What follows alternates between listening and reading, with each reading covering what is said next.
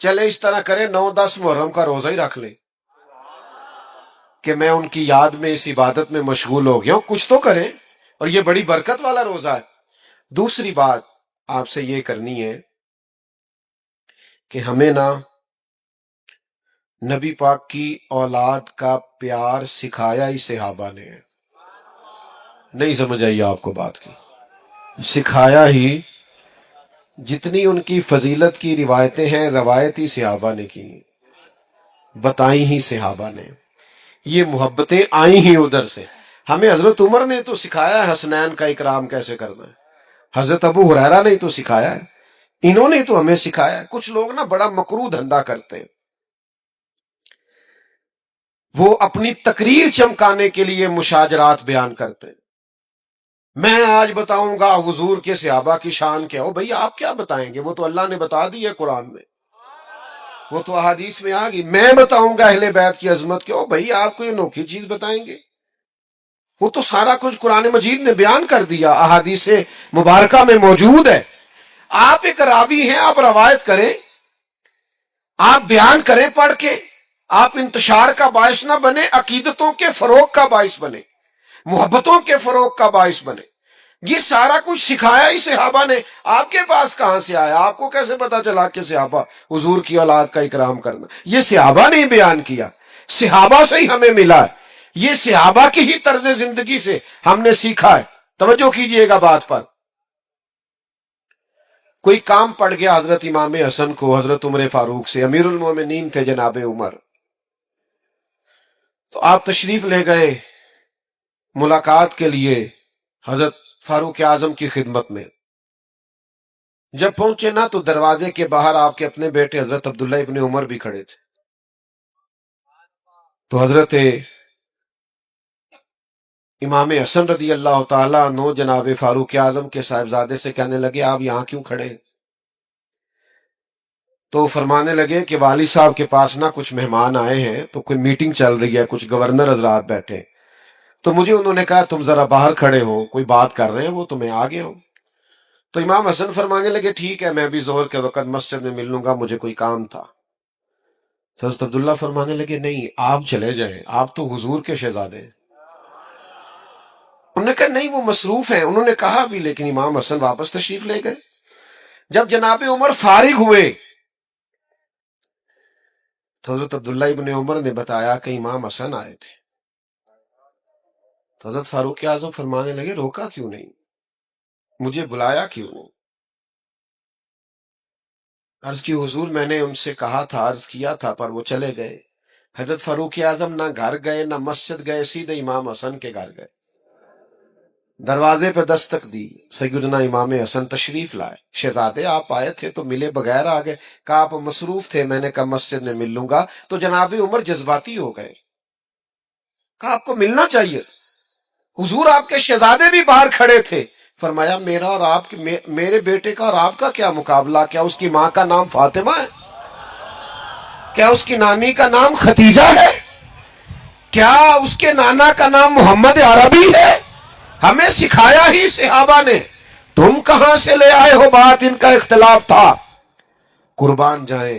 پھر حضرت عمر اور جذباتی ہوئے، سر سے امامہ اتار لیا، کہنے لگے شہزادے عمر کے سر پر یہ جو عزت کے بال ہیں یہ آپ کے نانا کے اگائے ہوئے۔ تو جب تک صحابہ کے دروازے پہ حاضری نہیں دو گے، اہل بیت کی محبت کا پتہ کیسے چلے گا؟ ادب کا پتہ کیسے چلے گا؟ ان کی محبتوں کا پتہ کیسے چلے گا؟ علامہ اسماعیل حقی رحمت اللہ علیہ نے ایک بات لکھی، فرماتے ایک دن حضور علیہ السلام تشریف فرما تھے، تو جس کمرے میں حضور جلوہ فراز تھے وہاں جگہ کچھ کم تھی، اور صحابہ بالکل حضور کے مقدس قدموں میں آ کے بیٹھے ہوئے تھے، اور باہر بھی جہاں تک جگہ تھی کونوں میں دیواروں سے لگ لگ کے صحابہ بیٹھے تھے۔ اچانک ایسا ہوا کہ مولا علی شیر خدا تشریف لے آئے۔ ہر صحابی چاہ رہا تھا میں اٹھ کے مولا کائنات کو جگہ دوں، کیونکہ سب جانتے تھے علی کی محبت ایمان ہے، ان کا بغض نفاق ہے۔ ہر ایک چاہ رہا تھا میں اٹھوں، اپنی جگہ چھوڑوں، گنجائش بناؤں اور شیر خدا کو بٹھا دوں۔ قربان جائیے. سارے ہی چاہ رہے تھے، پر پتہ ہے سب سے پہلے کون اٹھے؟ جو نبیوں کے بعد سب سے بڑا درجہ رکھتے ہیں. افضل البشر بعد الانبیاء بالتحقیق حضرت ابو بکر صدیق. جناب صدیق اکبر سب سے پہلے اٹھے، اپنی جگہ خالی کی، مولا علی کا بازو تھاما، اپنی جگہ پہ بٹھایا. اب صحابہ کا مجمع ہے، حضور جلوہ فراز ہیں، کوئی تبصرہ کر ہی نہیں سکتا. حضور خود ہی بولے، فرمایا دیکھا تم نے میرے ابو بکر نے کیا کیا؟ دیکھا تم نے یا رسول اللہ؟ دیکھا. حضور فرمانے لگے کوئی عزت والا ہی کسی کی عزت کو پہچانا کرتا، صاحب عزت ہی کسی کو عزت دیتا. عزیزو، یہ تو ہمیں ان لوگوں نے سکھایا ہے. اس لیے وہ بعض لوگ ایسے ہیں کہ ان پر اب غصہ نہیں آتا، اب تو ترس آتا ہے کہ یار تم کیا دھندا کر رہے ہو تقریر چمکانے کے لیے. ان لوگوں کے مابین تم اختلاف بیان کرتے ہو جن کے بارے میں قرآن نے کہہ دیا اشداء علی الکفار رحماء بینہم، یہ کافروں پہ سخت ہیں، آپس میں تو بڑے رحم دل ہیں. تو جن کو قرآن مجید کہہ رہے رحم دل ہیں، نس آ گئی. تم مزید کوئی نیا عنوان کیا بیان کرتے ہو؟ تو بھائیو، ایک تو یہ کہ ان سے احترام کریں، اور دوسرا یہ کہ سمجھیں ان کی محبت اور عقیدت ہمیں کس نے سکھائی. تیسری بات، بہت مشکل نہیں ہے فلسفہ کربلا سمجھنا، کیونکہ لوگ پیغام امام حسین پر عمل نہیں کرنا چاہتے، اس لیے کہتے ہیں بڑا مشکل ہے، بڑا مشکل ہے. وہ ہمارے بعض صوفی ایسے ہیں درویش، کہتے معرفت نو سمجھنا سارے دے بس دی گل نہیں، تاکہ کوئی بندہ اس پینڈے پوے ہی نہ. وہ اللہ کے بندے، یہ معرفت کیا ہے؟ سادہ سا اخلاق ہنسنا ہے، باطن کو سنوارنا ہے، اخلاص پیدا کرنا ہے، عاجزی پیدا کرنا، یہی ہے سارا.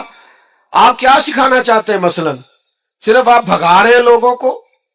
اور انوکھے انوکھے لوگ، یعنی بعض اوقات نا ہنسی آتی ہے.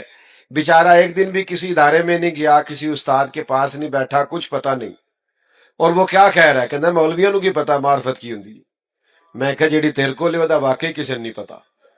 بانج علموں جو کرے فقیری وہ کافر مرے دیوانہ ہو. وہ جو تو کہہ رہا ہے نا واقعی وہ دا نہیں پتا، تو سچ ہے.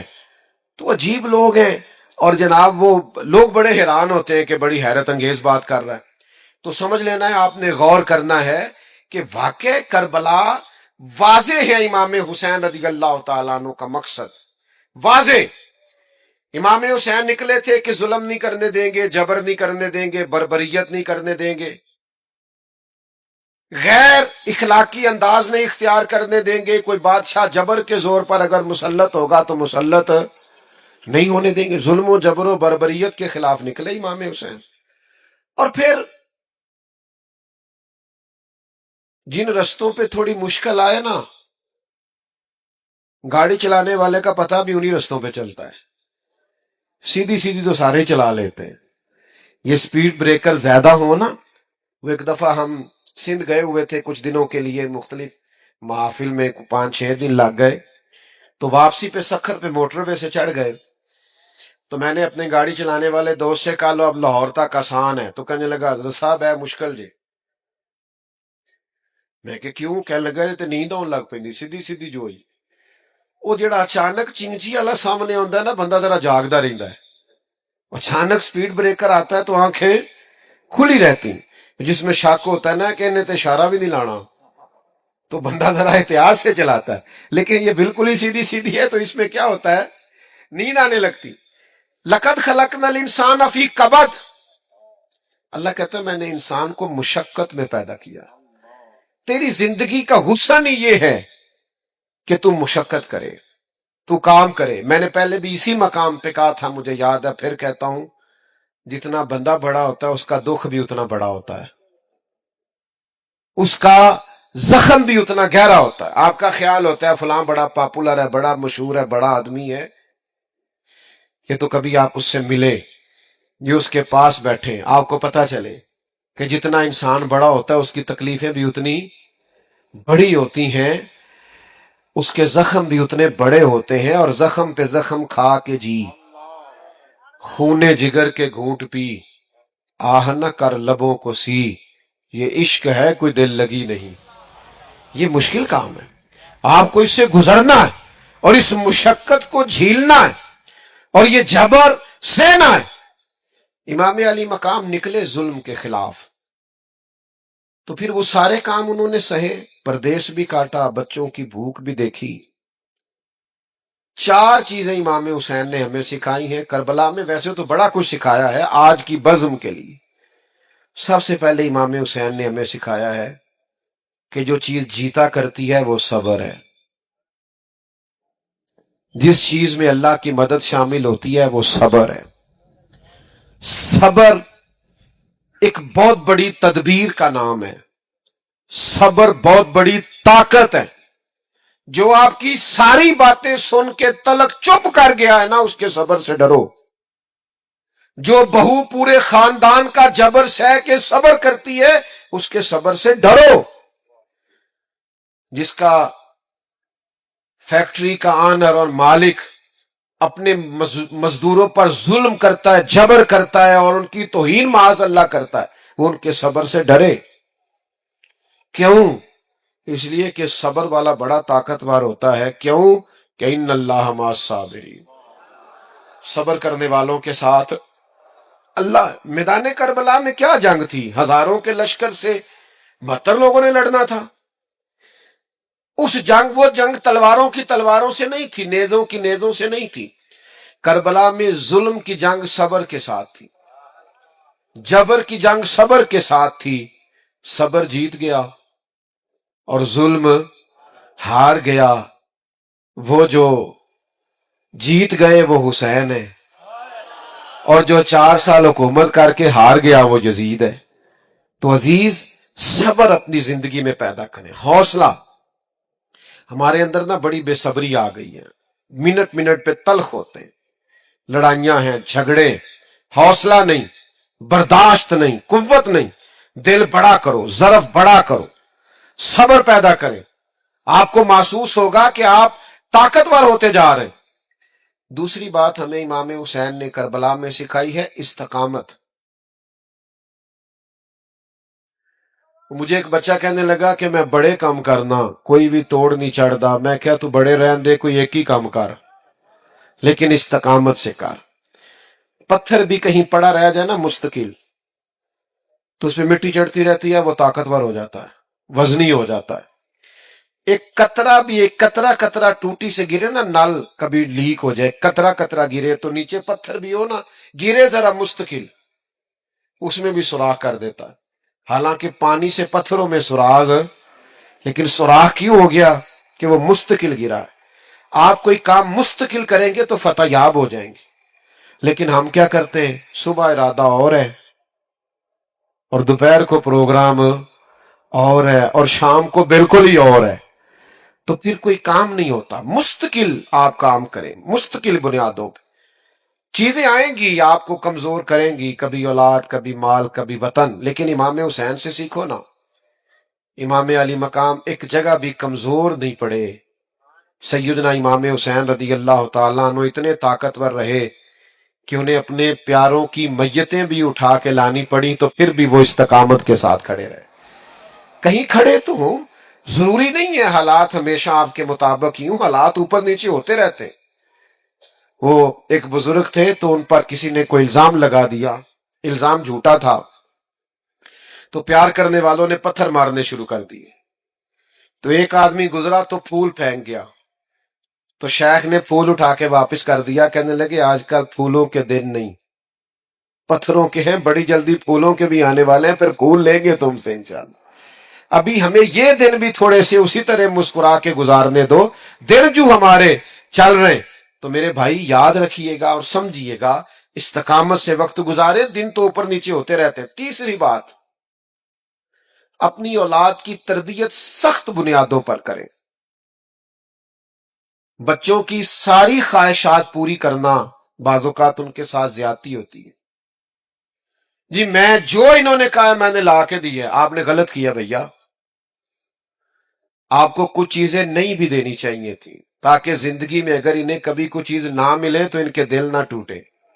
ان کو صبر کرنا بھی آئے، حوصلہ بھی کرنا آئے. کبھی کبھی آپ کو انکار بھی ہونا چاہیے. یعنی وہ کچھ لوگ ایسے ہوتے ہیں جن کا پتہ ہوتا ہے ان کو انکار بھی کر دیا نہ جا تیرے حال نہیں ہونا آتے وہ اپنے انہیں مڑ بھی جانا کدھرے نہیں تو نہیں جاتا بندہ کئی دفعہ نہیں بلاتا نہیں جاتا نہیں زیادہ ملاقات کرتا پتہ بندہ اپنا ہے.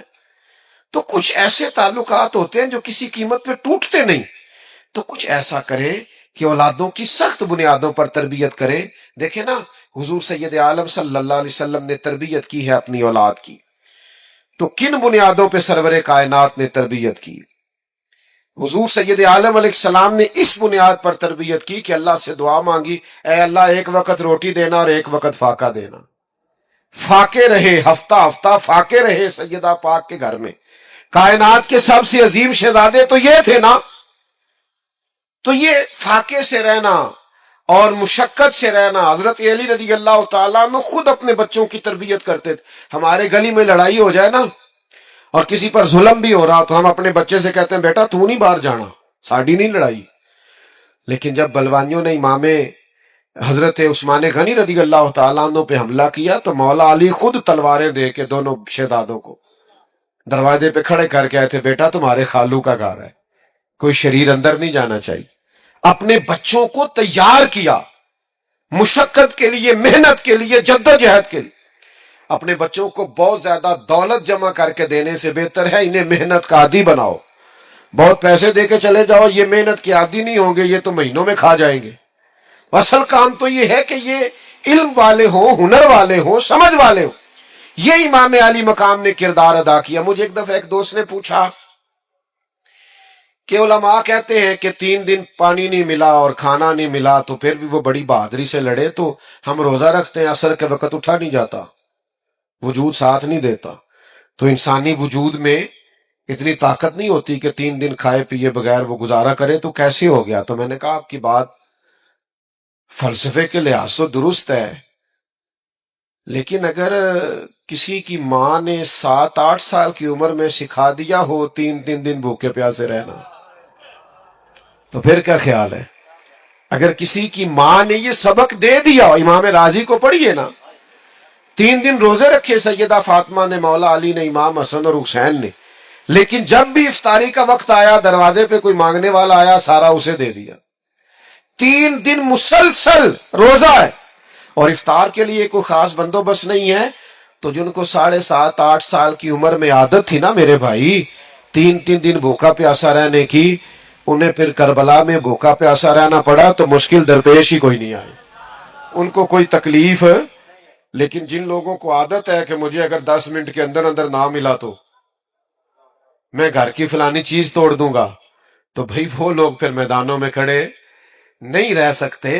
یہ حوصلے ہمت کرنی پڑتی ہے. چوتھی بات جس پر میں اپنی گفتگو کو سمیٹ دوں گا امام حسین نے ہمیں ایک سبق دیا ہے کہ جیت وقتی نہیں ہوتی جیت دائمی ہوتی ہے. میدان میں رہنا شرط ہے جیت کے آنا شرط. جوانوں دیکھ رہے ہو میری طرف یہ جو لوگ 6 مہینے کسی دینی کام میں لگ جاتے ہیں وہ کہتے ہیں انقلاب کیوں نہیں آیا. مجھے کچھ دوست کہتے ہیں آپ کو سالوں ہو گئے تقریریں کرتے انقلاب کیوں نہیں آیا. میں کہتے ہیں نہیں نظر آؤں مینوں تے آیا نظر آؤں ہے. یہ دیکھو نا یہ بے موسم پھل ہے جوان ہی جوان آئے ہوئے ہیں صاحب یہ انقلاب نہیں. یہ دیکھو کس طرح کھڑے ہیں چاروں جانب چڑھتی جوانی اور خوبصورت داڑھی تو انقلاب ہی ہے سارا. تو میرے بھائی آپ کس کو انقلاب سمجھتے ہیں؟ باقی جہاں تک اس بات کا تعلق ہے کہ آپ محنت کرتے ہیں تو دنیا کیوں نہیں بدلی تو بھائی نوکر کا کام یہ ہے کہ مسجد ٹائم پہ کھول لے اذان ٹائم پہ دے نمازی تو رب بھیجا کرتا ہے. تو ہم ڈیوٹی دے رہے ہیں اور اذانیں پڑھ رہے ہیں وقت آئے گا اللہ دل بدل دے گا حالات ٹھیک ہو جائیں گے پر ہم نے نوکری نہیں چھوڑنی ہم نے ڈیوٹی سمجھ آ رہی ہے ہم نے بات کرنا نہیں چھوڑنا ہم نے ذکر کرنا نہیں چھوڑنا. ہم ذکر کرتے رہیں گے انشاءاللہ دلوں میں اتر جائے گا. ایک وقت آئے گا تبدیلی آ جائے گی. اور مجھے تو دور دور سے لوگ ملتے ہیں وہ کہتے ہیں وہ آپ اتنے سال پہلے آئے تھے آپ نے بات کی تھی یہ داڑھی میں نے آپ کے کہنے پہ رکھی ہوئی ہے. تو پھر میں سوچتا ہوں کہ یہ انقلاب نہیں تو اور کیا ہے. میرے جیسے سب سے گناہگار کے کہنے میں اتنا برکت ہے تو نیک لوگ بات کرتے ہوں گے تو کتنی برکت ہوگی. تو میرے عزیز امام حسین نے ہمیں بتایا ہے کہ تم ڈیوٹی کر جانا، 4 سال یزید رہ بھی گیا نا تو انشاءاللہ تعالی نام حسین کا ہی رہے گا، انشاءاللہ وقت آئے گا کہ ذکر حسین کا ہی رہے گا۔ تو محنت کریں، فٹافٹ نتیجہ نہ مانگیں، محنت کر کے نتیجہ اللہ پہ چھوڑ دیں، انشاءاللہ کرم والا نتیجہ ہی آئے گا۔